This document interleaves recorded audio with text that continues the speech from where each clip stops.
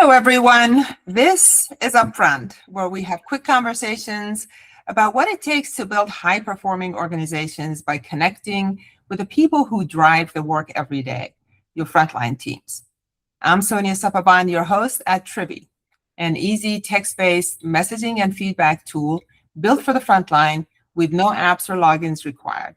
Your frontline will love Trivi, and your leaders will thrive with real-time insights and next steps. You can find information on how to connect with us in the show notes. Now, let's get on with our show. Today, I'm thrilled to be joined by Ashutosh Banerjee, Vice President of Digital Operations at GE Healthcare. Welcome to Upfront, Ashutosh. So great to have you here. Nice to be here. Thank you for inviting me here. Absolutely. Now, we always like to start by just learning a little bit about you. Our audience is always interested to know about the leaders themselves. So tell us a bit about yourself and GE Healthcare, if you would. Yeah, thank you. I lead digital operations, like you mentioned, at GE Healthcare. GE Healthcare is on a journey of digital transformation. We announced that we would have 50% of our revenue come from recurring sources and recurring products. And for that to happen, we need to be cloud native. So that's the journey we are on. And my team is the one who is at the front line of deploying and installing all these cloud applications, making sure they're supported and that our customers can get the maximum out of them. I've been with GE Healthcare a little over 14 years, and I have an experience across various fields and lived across a few places in the country, in the world. Yeah, you have great experience, I know, and also have led different divisions within GE Healthcare and elsewhere in the industry. I know you've helped lead transformation at scale in several places with globally dispersed organizations. So what do you think in terms of just GE Healthcare, what have you done particularly well to build a strong culture and keep teams really aligned across regions, given that you're such a large enterprise? Yeah, that's one of the key focus areas for us since we are leading such a globally diverse team. I have teams across Europe, across India, and across the US. So we have to ensure that we are on the same page when it comes to our goals and our way of working, and of course our culture, that drives the culture. One of the key things we do is we leverage the same tools. Microsoft has a big sort of a hold in some of our corporations, so we have no exception. We use Teams and we use some of the tools that Microsoft provides. So creating Teams channels, making sure we're on the same page, we have the same kind of way to interact with people, removing barriers as much as possible. Sometimes it is that, if people are of the, let's say, old school where they have to go through the line of command, that line of command needs to be disbanded. So the big focus in my team is how do we disband the line of command? Nobody needs to go through their manager to come to me. They can just ping me directly. And typically they will get an answer from me reasonably quickly, unless I'm sleeping. I joke with people, unless I'm sleeping or I'm being chided on by my wife, I'll be okay. I'll respond. So break down the barriers, make sure that people can really reach out to me, ask questions that are bothering them, right?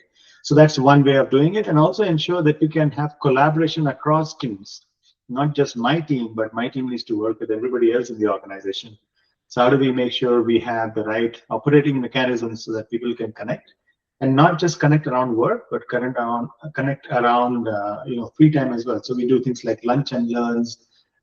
We bring in guest speakers. We try to bring in people in person. Food is always a good way of bringing people together. So how do we get them all together? So it's a variety of things that we try and do based on how we work. It just occurs to me because, as you know, I was a manufacturing engineer for a long time in my career, and it was always, what came up in incidents or issues that came up. It just makes me think of, when leaders like yourself have open door policy or they're very accessible, there's always something somewhere lurking where somebody is a little bit concerned, frankly, of how it would come across, or if they should really speak up.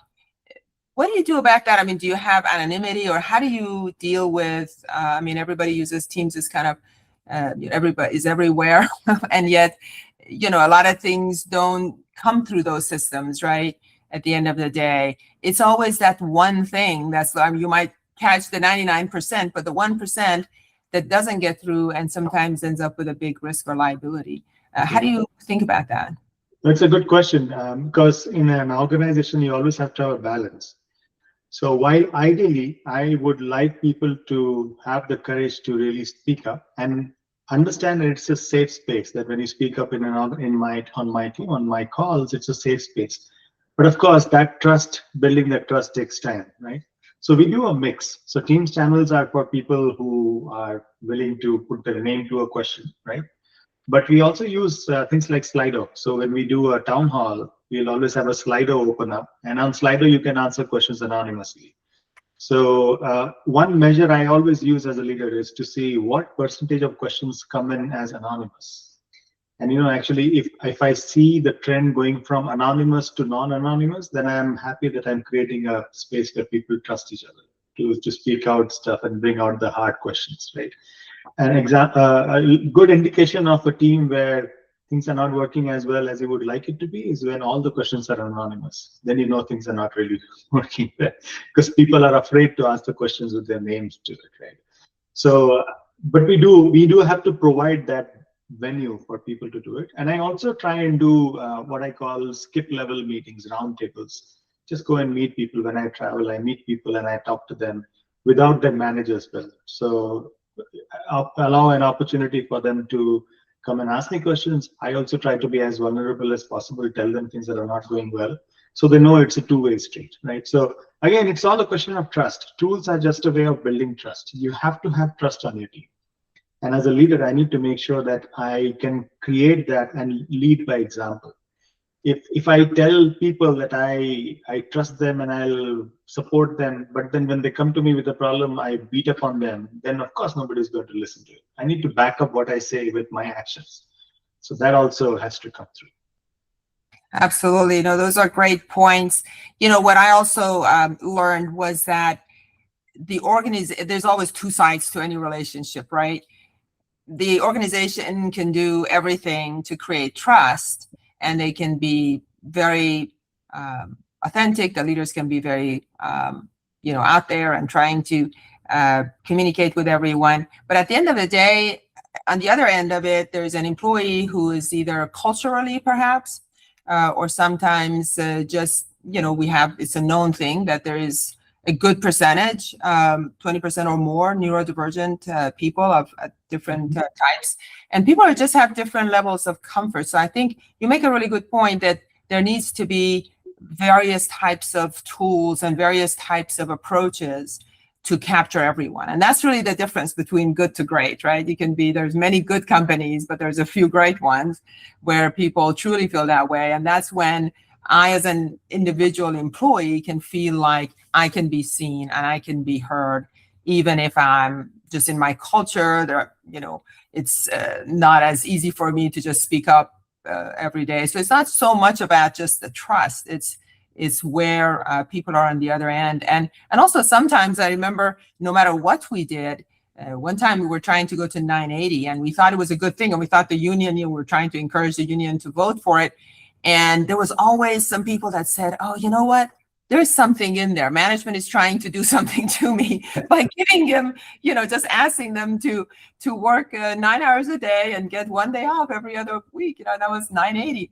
Would be a good thing. And we're like, really, there's no hidden agendas here. This is good for everybody. Of course, it's good for the company, but it's also good for the employees. And but there's always some number of people, right, that have those doubts. And so the different approaches, different tools, different kinds of strategies for making sure that everyone feels like they're being heard and seen is important. But then that also leads to so many tools and platforms. You talked about this in another conversation we had, right? So my question to you is, and I'm sure many of our audience have this question, is what are the key factors to consider to avoid the overcrowding and tool fatigue for frontline teams that are trying to stay focused on an already very busy shift work environment? No, that's a really good question. And I would start off by telling you what I discovered the other day. I was looking at my phone and I was trying to find an app that I was thinking I used, but I forgot the name. Then I realized I have upwards of 100 apps on my phone. And guess how many I use every day? Maybe 5, maybe 10, right? So we actually did a poll sometime back in GE Healthcare about how many apps are there from various segments in the company for a salesperson to use. There were upwards of 100 apps out there. So there was a big move we made to consolidate. And you asked about the principles to use. So the first thing that actually is very, let's just say, commonsensical, but it's not that common when you try to implement it, is that you cannot expect a salesperson to find a new workflow and follow a new workflow through an app for them to use and avoid their existing workflow. So if they are used to texting, then you need to bring something which is texting, and your app does that. But in a lot of countries, texting is not the way of doing it. It's WhatsApp, right? Or it's some other tool like that. Or some companies, like in Asian countries, you actually just call people up. You don't even text. You just call them up, right? So it has to fit within their workflow. So a tool that sort of allows them to do that or fits in the workflow should be the first consideration. Another example is Slack versus Teams, right? So when a lot of startups use Slack, a lot of large enterprises have never heard of it till they found people who came from those teams, right? So, but then now Microsoft Teams, for example, looks almost like Slack in way of how they put in their work, right? So just align with the workflow. And then can we have one app that does several things? One app that can actually flex to do different workflows, right? So that I, as a salesperson, have just one app on my phone that I can go to, just one place to remember. Because like my example of the app name that I forgot, how many apps can you remember? Each and every use case has an app that has a slightly different name, and you forget which one you used. So can we have one app that does everything, that adapts to my workflow as I use it, my preferences? If I want text or email or phone call, it should do that, right? So I think those two are key things. And again, it depends on whether you are a millennial or a Gen Zer, or depends on your comfort level with different kinds of tools. My grandparents would have loved me to call them up. My daughter doesn't want to talk to me. She would rather text with me. So that's a powerful example. Yes. So I think we need to adapt. If I call up my daughter all the time, she's not going to talk to me anyway. Yes. We finally got my mother used to actually texting so that my son would respond more. She'd be like, I'm calling him all the time, but doesn't he like me anymore? I'm like, yes, he does, Ma. He just is not familiar with calling as a means of communication. Yeah, very true. Well, this leads us actually to the new generations, right? As we have now more and more the Gen Zers in the workforce with different expectations. How do you envision the future where frontline teams are fully engaged and really feel connected? You talked about this, right? Despite all the trust and all the tools and everything that a great organization like GE Healthcare might provide, there's still those employees that don't feel really connected with the mission in their day-to-day work. So how do you think about that? How do you, at a strategy level, and even any practical tips you have? Yeah, no, it's a really good question to ponder, and especially in today's age where attention spans have gone down, right? Because when was the last time we ever saw a 3-minute video on YouTube, right? It's all 30 seconds and all reels and stuff. So it is an ever connected and always connected, economy outside today. It's an always connected world. However, attention spans are low. So it's like a different dichotomy, right? So although we are always connected, we don't have time to spend on one thing for a long time. So then so in this world, then it is more of, can we break things down into bite-sized pieces and feed them to people and to their experiences throughout the day, right?